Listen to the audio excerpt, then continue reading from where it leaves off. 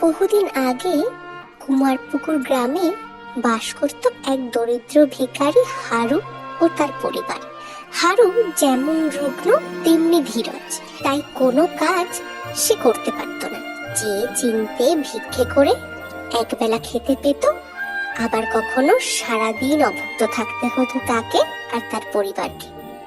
অপরদিকে সেই গ্রামেরই সবচেয়ে ধনী ব্যক্তি ছিল মনোহর মণ্ডল।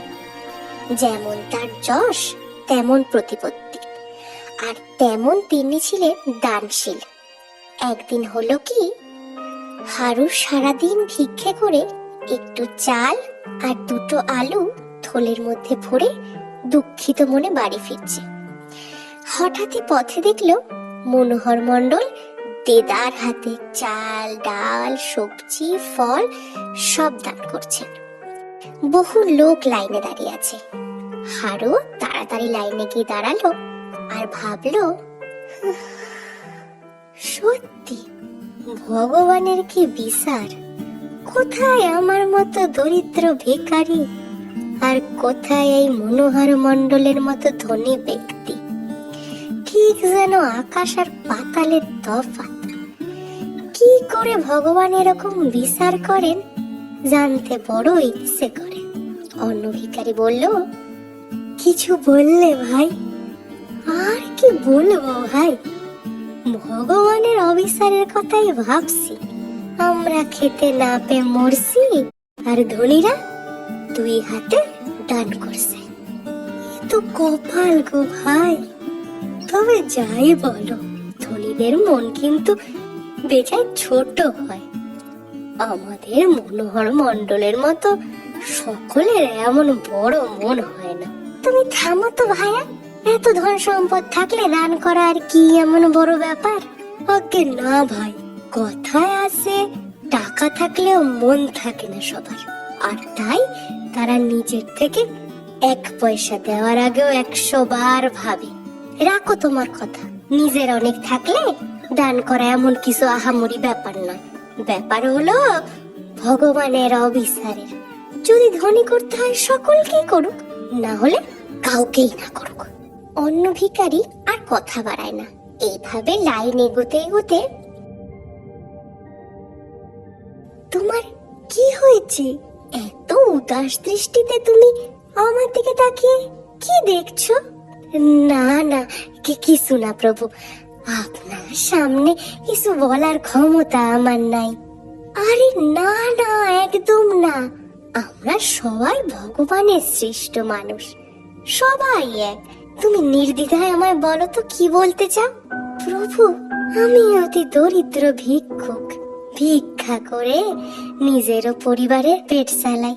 কোনোদিন খাওয়ার জোটে, আর কোনোদিন খালি পেটেই শুয়ে পড়ি। আপনার প্রতিপত্তির কথা অনেক শুনেছি। আজকে আপনাকে দেখে নিজের মনে প্রশ্ন জাগে যে ভগবানের এরকম অবিচার কেন? আপনিও মানুষ আর আমরাও মানুষ। আপনি এত ধনী, এত সুখী, আর আমি দিন দরিদ্র। দেখো, আমি অতি সামান্য ব্যক্তি। আমার যা আছে, যা দিয়েছে সবই ভগবান। তাই তোমার অত কঠিন প্রশ্নের উত্তর আমার পক্ষে দেওয়া সম্ভব নয়।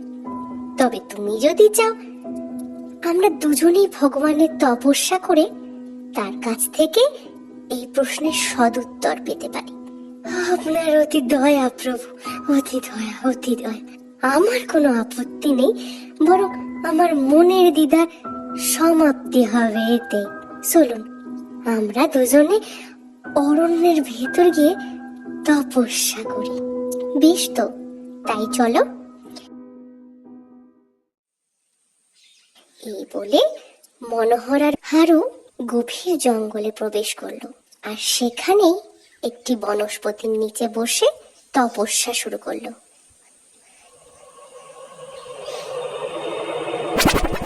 ওঠো বৎস, তোমাদের দুজনের তপস্যায় আমি সত্যি মুগ্ধ। তোমাদের একাগ্রতায় আমি সন্তুষ্ট বৎস। বলো, তোমরা কেন তপস্যা করছিলে আমার? মহাদেব, আপনি আপনি স্বয়ং এসেছেন। আমার শত কোটি প্রণাম আপনার চরণে, শত কোটি প্রণাম মহাদেব। আপনি আপনি আমাদের কৃতার্থ করেছেন প্রভু। আমার প্রণাম নেবেন প্রভু, আমার প্রণাম নেবেন। প্রণাম মহাদেব। আমরা দুজনে তপস্যা করছি একটু বিশেষ প্রশ্নের উত্তর জানার জন্য প্রভু। উত্তর জানার জন্য? কি এমন প্রশ্ন তোমাদের, শুনি। মহাদেব, আমরা সকলে আপনার সৃষ্টি। আপনি সকলেরই একরকম করে গড়েছেন, কিন্তু আমাদের সকলের জীবনে এত তফাৎ কেন প্রভু? এই দেখুন, আমি অতি দরিদ্র ভিখারি, খেতে পাই কোনোদিন কোনোদিন কিছুই পাই না।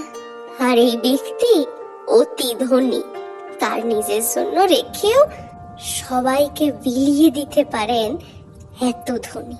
এরকম এরকম অবিচার কেন প্রভু? কেন এরকম অবিচার? ভক্তির প্রশ্ন শুনে বৎস, এসবই যে পূর্বজন্মের ফল। পূর্বজন্মের ফলস্বরূপ এই জন্মে কর্ম নির্ধারিত হয়। আগের জন্মে তুমি অতি ধনী ব্যক্তি ছিলে, আর এই মনোহর ছিল অত্যন্ত দরিদ্র ব্যক্তি। কিন্তু তাও তুমি সব সময় ঠাকুরের কাছে প্রার্থনা করতে যেন তুমি শুধু সকলের কাছ থেকে পাও, তোমায় যেন নিজের থেকে কখনো কিছু দিতে না হয়। তোমার ধন সম্পদ তুমি সবসময় নিজের কাছে রেখে দিতে, কাউকে দান করার কথা কখনো মনে হয়নি তোমার। আর প্রভু, এই মনোহর আগের জন্মে অতি সজ্জন দরিদ্র ছিল। নিজের কিছু না থাকলেও সে সব সময় প্রার্থনা করত যেন সকলকে দান করতে পারে। সে ভগবানকে বলতো, আমায় ধন সম্পদ দিও, যাতে আমি অন্যদের সেটা দিয়ে সেবা করতে পারি। আর তাই এই জন্মে সে সেই সুযোগ পেয়েছে। আর তুমি কেবল অন্যের থেকে দান নিয়ে জীবন নির্বাহ করছো। আমায় ক্ষমা করুন মহাদেব, আমি নিজের ভুল বুঝতে পেরেছি, আর নিজের প্রশ্নের উত্তরও পেয়ে গেছি।